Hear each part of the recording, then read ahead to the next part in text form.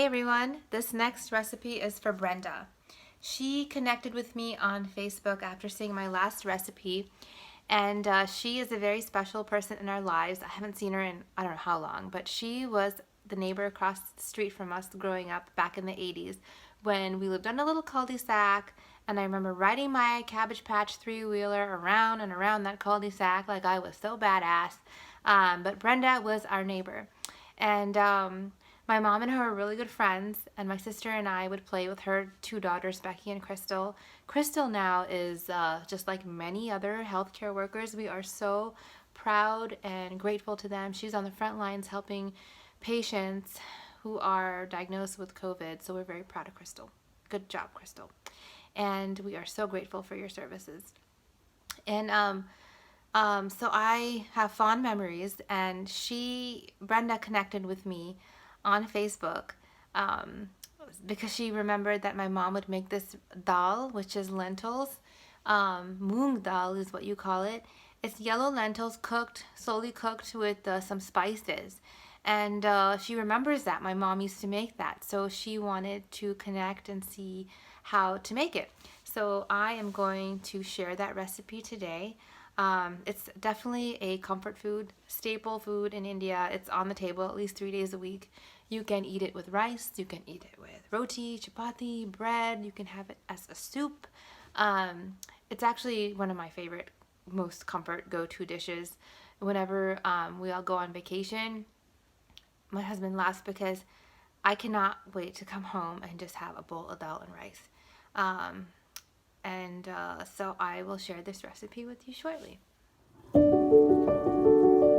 So we have the ingredients here. We have 2 cups of the dal, the lentils, moong dal. We have 1 teaspoon of mustard seeds, 1 teaspoon of the cumin seeds, and then of course we have our beloved masala double with all of the spices. So the first step is you take a pot and you put the dal, the dry dal, here in a pot, like that. And then you take it over to the sink and you rinse it. I would say rinse it for about 4 or 5 times until you see the water is kind of cleared up.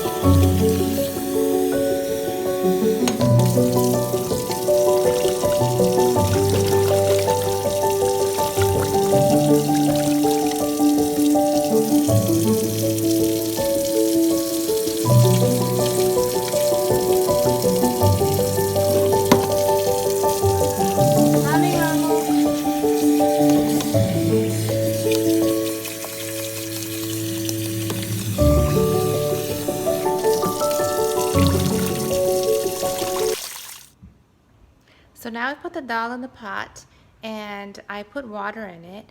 The way I measure my water is not very scientific. I'll show you. After you rinse the dal, you fill up the pot with water about, I would say like an inch. The water should be about an inch above the dal when your finger goes inside the water. So it should measure about an inch above the dal. That is my pseudo measurement. I'm not one for measuring. That's how my mama does it, and that's how she taught me. So that's your measurement for the water. And we might actually add a little bit of water if the dal gets too thick, and I'll tell you about that when we start cooking it. So now we've washed the dal, put the water in, we put it on the stove at medium heat, so let it cook for a little bit. You'll see some white foam rising a little bit. I'll show you, we're gonna scoop that up and throw it out. So just keep an eye on that. You cannot play with the mic. This mic is 1 second. No, 1 second. Let me just do this real quick. Okay.